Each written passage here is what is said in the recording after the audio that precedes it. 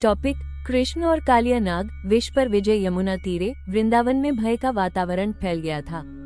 जल काला पड़ चुका था। गायें, चरवाहे, बच्चे सब उसकी ओर जाने से डरते थे, क्योंकि यमुना में बस गया था कालिया नाग, एक घोर विषधर जिसका विष वृक्षों को छूकर भी जला देता था। आज की कथा है श्री कृष्ण द्वारा कालिया नाग के विष पर विजय की दिव्य लीला। कालिया का अत्याचार। यमुना में फैलता विष। कालिया नाग गरुड़ का दुश्मन था। गरुड़ से बचने के लिए वो यमुना के गहरे भाग में आकर बस गया, लेकिन उसका विष इतना घोर था कि आसपास के पेड़ सूखने लगे, मछलियां मरने लगी, जल काला और जहरीला हो गया। ब्रजवासियों में भय फैल गया। लोग कहते, यमुना अब पवित्र नहीं रही, वहाँ मौत रहती है। कृष्ण का निर्णय: भय वही समाप्त होता है जहाँ भगवान खड़े हो। एक दिन गोप बालों के साथ खेलते हुए कृष्ण ने देखा कि गेंद यमुना के विषैले भाग में चली गई। सब डर गए, कृष्ण मत जाओ। पर कृष्ण मुस्काए, जहाँ मेरा नाम है वहाँ भय कैसा।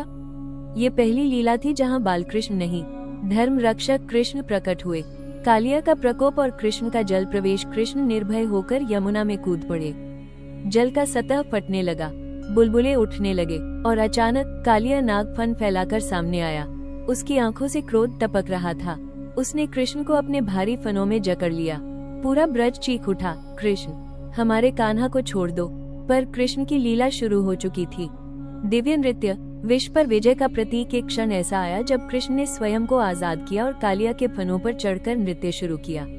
ये सिर्फ नृत्य नहीं था, अहंकार पर विजय, विष पर नियंत्रण, अधर्म का दमन, धर्म का उत्थान। कृष्ण के चरण जहाँ जहाँ पड़ते कालिया का विष उतरता जाता, अहंकार गलता जाता और उसका बल क्षीण होता जाता। ब्रजवासी हर्ष, भय और विस्मय के बीच खड़े थे।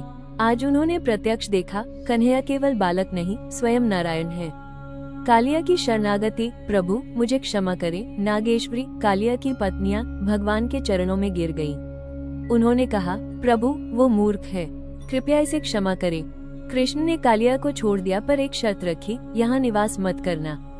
यमुना को विषमुक्त छोड़ दो। गरुड़ तुम्हें नहीं सताएगा, क्योंकि तुम्हारे फनों पर मेरे चरणों के निशान होंगे।